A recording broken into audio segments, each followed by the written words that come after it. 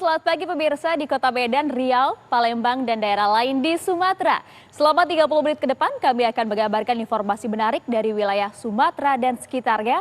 Bersama saya Maria Asgaf, inilah Kabar Sumatera.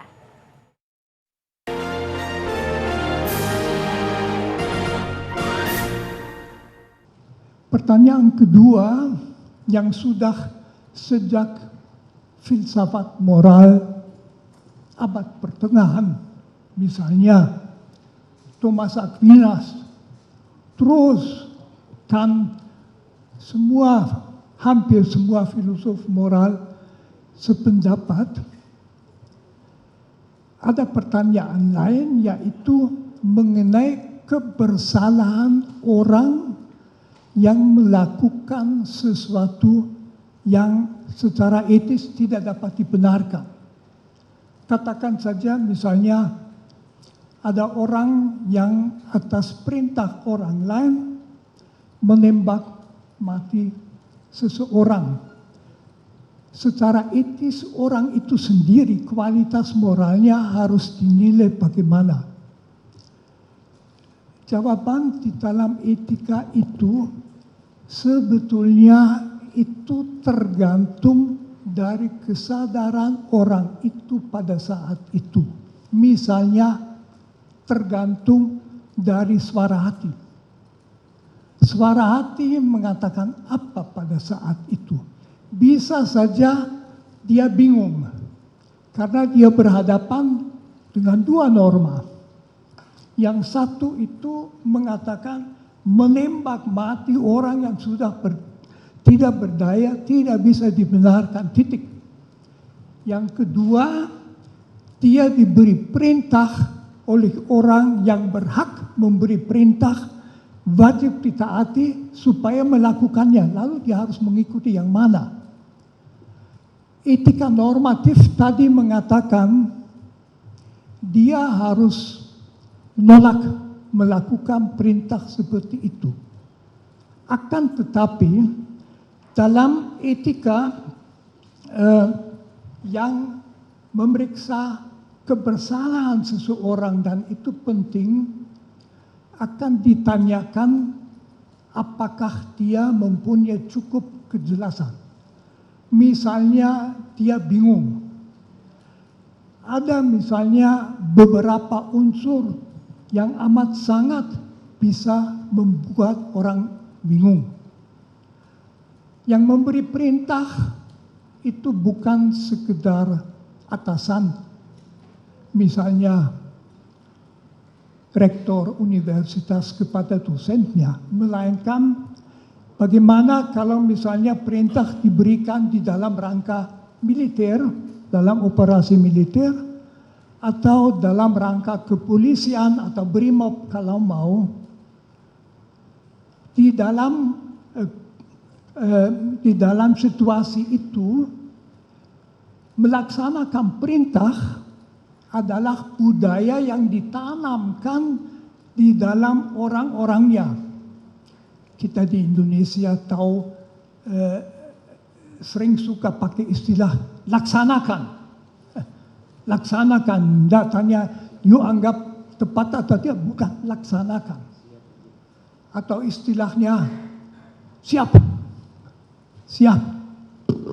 Dan jadi pokoknya orang itu mungkin juga perlu di dalam situasi. Nah, tambah pertimbangan begini. Polisi adalah salah satu lembaga, satu-satunya lembaga dalam masyarakat yang berhak melakukan kekerasan seperlunya, kadang-kadang sampai menembak. Polisi dalam melaksanakan undang-undang boleh memegang orang, mendorong orang, menangkap orang, menahan orang dalam situasi yang membenarkan, boleh menembak. Jadi bagi seorang polisi rem psikis terhadap menembak mati orang tentu lain daripada orang biasa yang tidak di dalam situasi itu. Lalu faktor yang amat sangat menentukan kebersalahan, apakah orang betul bersalah atau tidak, yang juga akan kelihatan dari apakah dia kemudian menyesal atau tidak.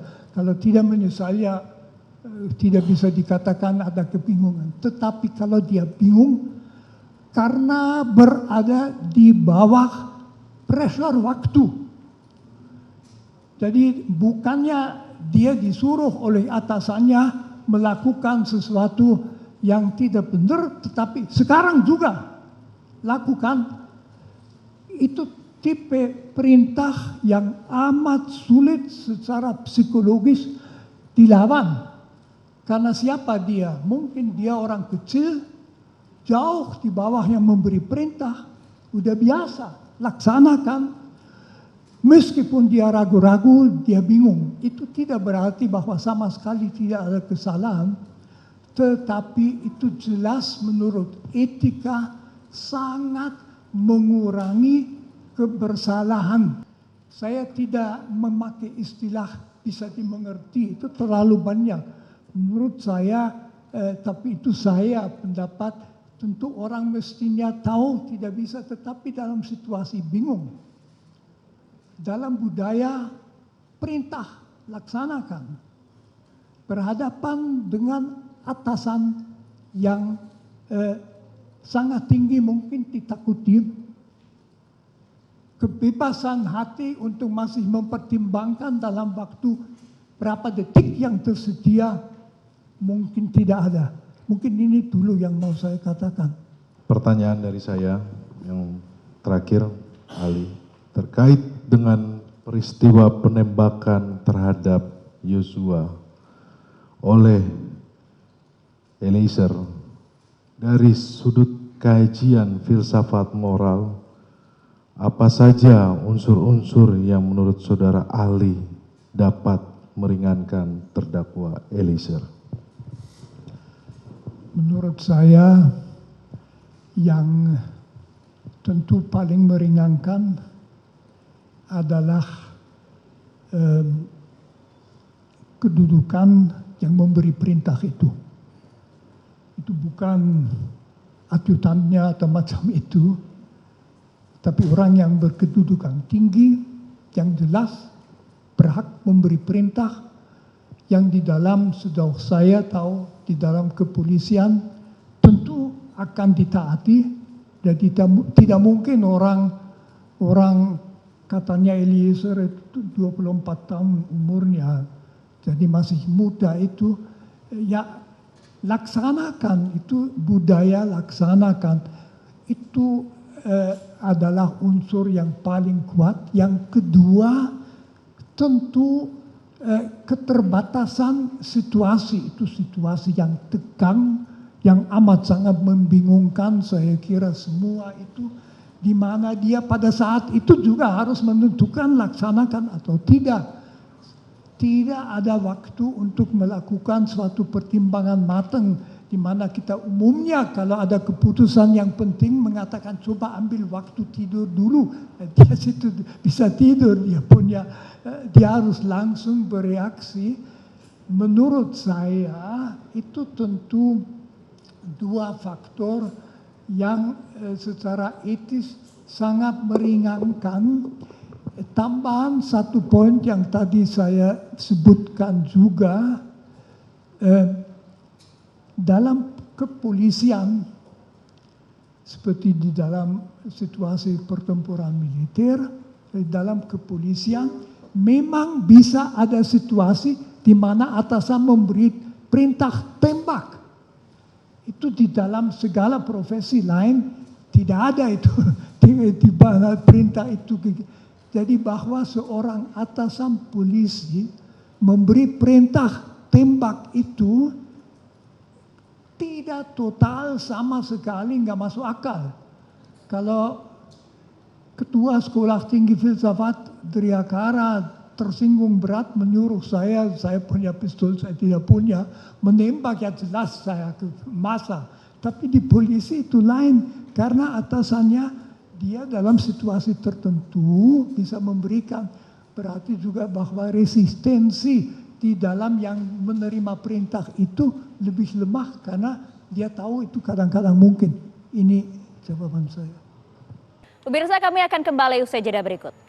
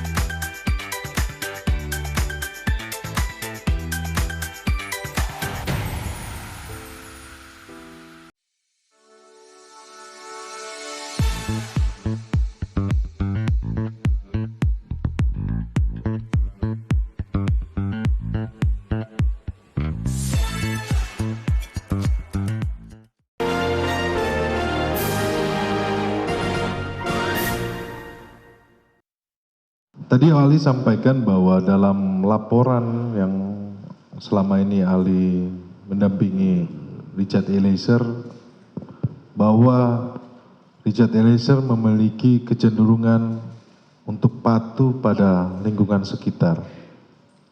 Bisa dijelaskan proses psikologis yang terjadi hingga membuat seseorang menjadi seperti ini atau Richard Eliezer? Iya. Boleh ke slide selanjutnya, mohon maaf Majelis Hakim. Ya, kalau kita berbicara mengenai kepatuhan, kepatuhan itu juga salah satu konstruk dalam ilmu psikologi.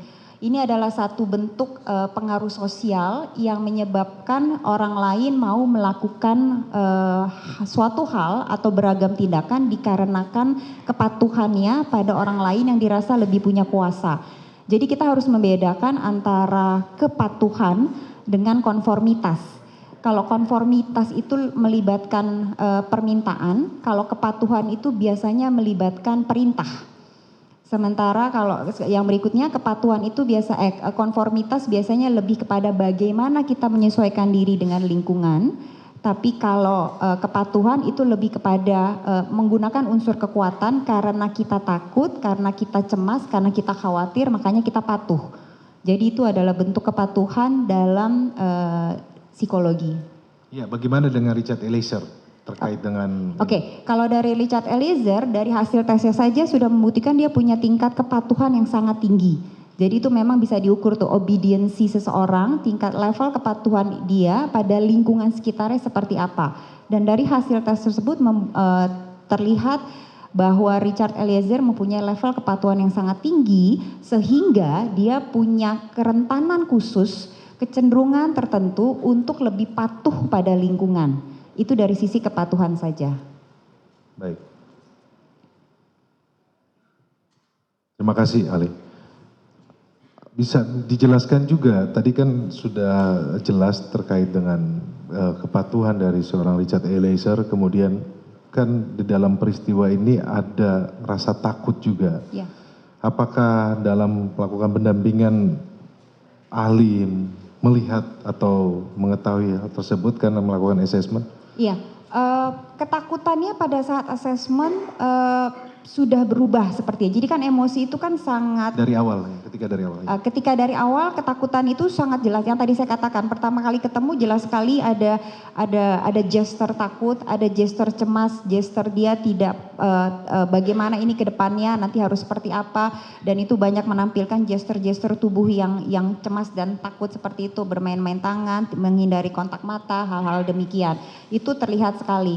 Tapi seiring dengan waktu ketakutan itu karena emosi itu sesuatu yang sangat dinamis, jadi dia berubah biasanya, bertransformasi lah katakan, apalagi kemudian ada proses adaptasi, ada proses pembelajaran, ada proses dia mungkin mulai level up, mulai yakin, ada kepercayaan diri, mulai masuk yang kalau kita bilang di situ ada yang namanya intelligent disobedience, jadi proses-proses intelligent analisanya dia mulai jalan. Kalau berkaitan dengan yang sebelumnya, ketika yang banyak berperan adalah amigdala, otak emosi, jadi dia lagi takut sekali, cemas sekali, khawatir sekali, tapi seiring dengan waktu ketika perlahan-lahan mulai ada dukungan kepada dia, baik dari orang tua, dari para penasihat hukum, dari banyak hal, analisanya mulai jalan, apa yang harus dia lakukan. Nah, ini kemudian emosi takut ini tertransformasi menjadi paling tidak dari hasil tes yang terlihat ada kecenderungan hipomania. Nah, apa itu hipomania? Hipomania adalah kondisi psikologi seseorang yang tampak sangat berenergi dan bersemangat, berbeda dari biasanya. Jadi setelah takut, sepertinya kemudian Richard Eliezer itu memutuskan untuk oke, saya harus melakukan sesuatu atas kondisi ini. Jadi terlihat semangatnya tersebut. Tapi di sisi lain hipomania juga berarti masih menutupi kecemasan yang terpendam. Jadi itu kan mekanisme diri. Ketika dia mencoba untuk oke, aku harus melakukan sesuatu nih. Tapi sebenarnya di dalam dia masih cemas. Karena terlihat yang dalam tes MMPI yang tadi saya katakan, Minnesota Multifaceted Personality Inventory, itu adalah 10 parameter. Kita melihat parameter-parameter psikologis seberapa tinggi level depresi, seberapa tinggi level skizofrenia, seberapa tinggi level obsesif kompulsif. Nah, pokoknya sampai 10, ada 10 parameternya. Nah, paling tinggi parameter pada Richard Eliezer adalah hipomania. Di mana hipomania sudah jelas berarti ada kecemasan yang ditutupi olehnya dengan cara mencoba untuk berenergi dan bersemangat sekali. Nah, apakah kemudian dikatakan, kalau tadi pertanyaan berkaitan dengan emosi takut dan cemas adalah emosi yang dekat. Gitu. Hubungan kepatuhan dan rasa takut tersebut? Yang tadi, karena tadi saya katakan, emosi adalah bensin untuk semuanya. Baik. Jadi karena dia takut, makanya dia patuh. Kenapa sulit sekali pada level-level tertentu untuk mendobrak relasi kuasa tersebut? Oke, karena bisa ke slide yang berikutnya. Majelis Hakim, terima kasih. Ini ada yang namanya penelitian penjara Stanford Prison Experiment. Ini tahun 1971, melanjutkan penelitian yang sebelumnya Milgram. Jadi, kenapa susah sekali mendobrak? Karena kadang-kadang kita berada pada kondisi yang persis seperti sama ini, prison. Jadi kalau menurut si peneliti utamanya namanya Philip Zimbardo. Zimbardo mengatakan, we are all like in a prison. Prison itu satu komunitas yang tertutup dan kita itu sebenarnya ada dalam tanda kutip penjara-penjara kecilnya tersendiri. Mulai dari rumah, sekolah, sampai dengan institusi-institusi yang besar seperti yang tadi saya katakan mungkin kepolisian. Dalam lingkungan sempit tersebut itu biasanya ada struktur yang sangat kaku, ada kuasa yang jelas-jelas terlihat, mungkin tidak tertulis secara jelas, tapi memori kita mencatat, merekam bagaimana selama ini kuasa tersebut dijalankan. Dan bagaimana ketika perintah tersebut tidak dilakukan, ada konsekuensi fatal yang bisa diterima. Jadi memori itu ada di kepala kita, sehingga ketika ada satu perintah yang kita tidak suka, seperti halnya di penjara tersebut, kita tidak mau melakukannya, kita melihat yang sebelumnya itu kena konsekuensi dan aku tidak mau. Karena aku tidak mau, makanya udah deh jalanin aja, toh nggak bisa ngapa-ngapain karena kita ada di prison ini, ceritanya demikian. Dan itu kalau kita lihat, kalau berbicara mengenai relasi kuasa yang tadi, absolute power corrupts absolutely. Jadi Zimbardo menemukan mereka-mereka yang memiliki kuasa absolut itu biasanya punya kecenderungan untuk korupsi absolutely juga. Yang kedua, those who were given the position of authority quickly took advantage of their role. Karena penelitian ini harusnya hanya dilakukan selama 14 hari. Jadi ceritanya hanya 14 hari di mana mereka semua ini adalah dibayar ceritanya. Mau nggak ikut dalam penelitian ini? Ini ada yang berperan sebagai kepala penjaga penjara, ada yang berperan sebagai yang dipenjara. Tapi penelitian ini harus dihentikan pada hari ke-6 karena mereka-mereka yang berperan sebagai kepala penjara itu corrupts absolutely. yang menimbulkan istilahnya yang di penjara itu menjadi punya gangguan kesehatan mental.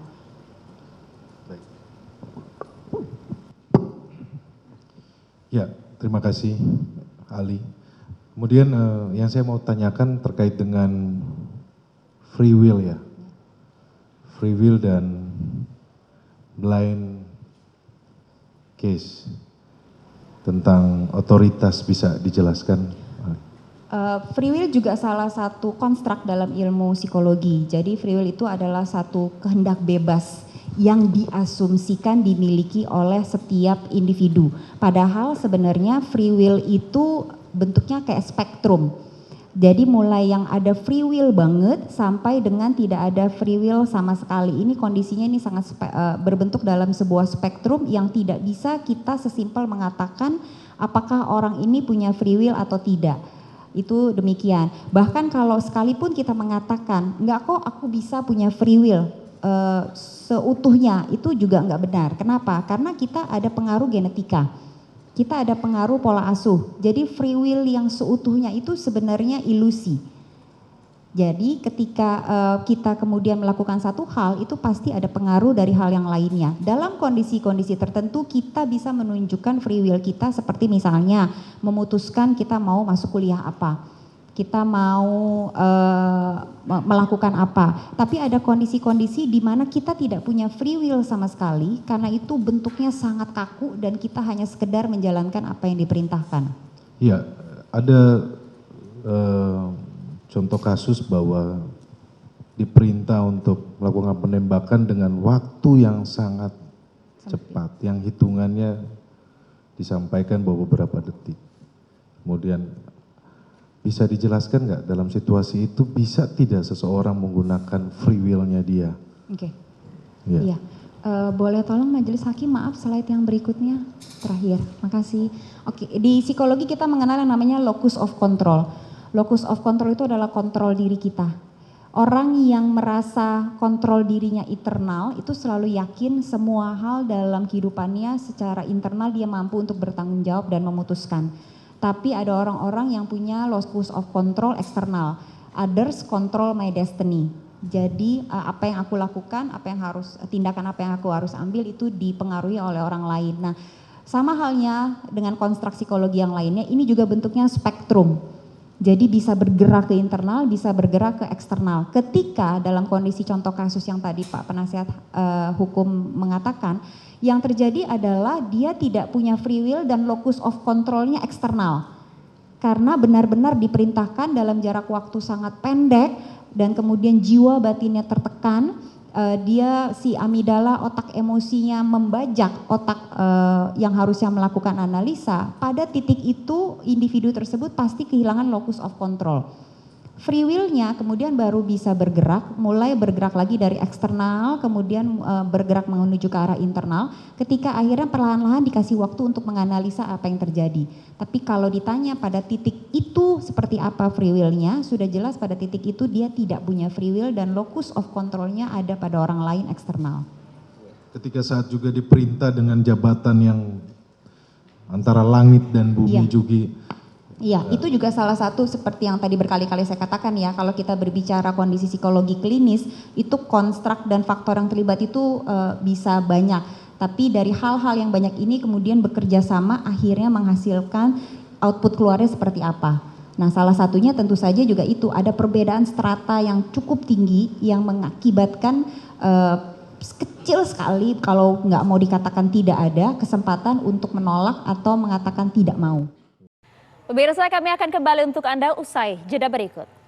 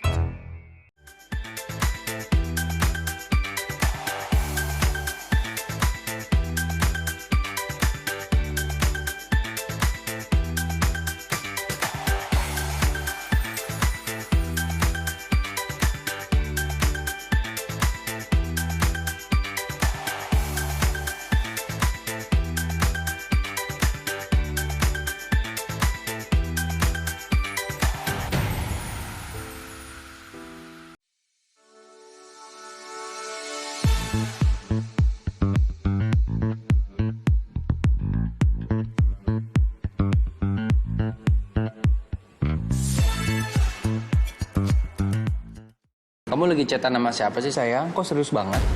Aku lagi nonton sinetron mas di TV streaming. Habis aku males nonton di TV kita, gambarnya banyak semut. Sayang, sekarang kan siaran TV udah digital. Tinggal dipasangin set-top box-nya, langsung nyala. Ih, keren banget mas. Aku pindah nonton di TV Ini aja. lebih enak nonton di TV kan daripada di handphone, nanti sakit matanya. Udah gitu siaran TV digital ini banyak banget pilihan programnya. Bersih gambarnya, jernih suaranya, canggih teknologinya. Siarannya gratis dan nggak pakai kuota internet. Sukseskan migrasi digital, siaran TV digital. Keren!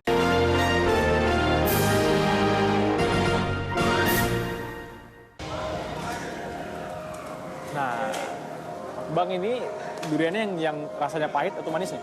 Pahit. Ini yang pahit ya? Yang pahit, ya. Yang agak kuning-kuningnya.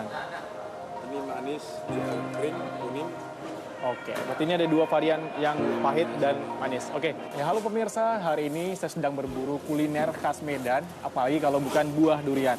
Nah, di Medan ini ada banyak sekali varian rasa durian, ada yang jenis pahit, manis, dan berbagai macam. Nah, saat ini saya sedang berada di salah satu kedai durian yang memang cukup terkenal di kota Medan, yaitu durian Ucok. Nah, di depan saya ini pemirsa, sudah ada dua jenis durian yang katanya sih ini rasanya manis dengan tekstur yang sedikit kering.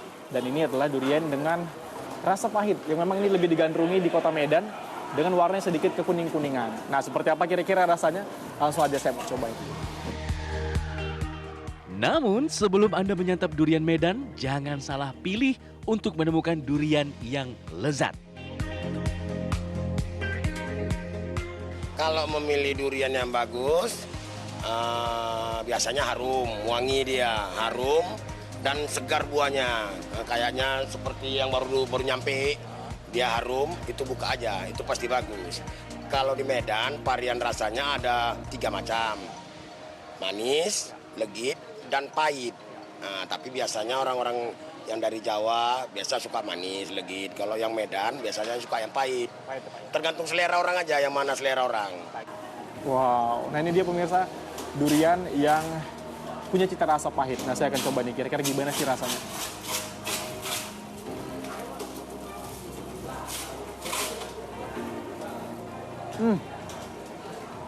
Ini teksturnya legit pemirsa. Rasanya juga memang nggak begitu pahit, tapi memang ada sedikit rasa manis dan pahit. Jadi tercampur manis dan pahit maksud saya. Dan ini memang lezat sekali. Untuk satu buah durian dibanderol dengan harga bervariasi, mulai dari Rp50.000 hingga Rp100.000 per buahnya, tergantung ukuran dan kualitas. Kebetulan suka, karena kan durian ini khas dari Medan, Bang. Karena rasanya manis dan enak. Sekitar 5 kayaknya. Ya. Sering, Bang. Kebetulan ini saya bawa teman dari Batam, dia baru nyampe di Medan. Karena terkenal akan kelezatannya, dalam sehari kedai durian Ucok menghabiskan hingga 1.500 buah durian.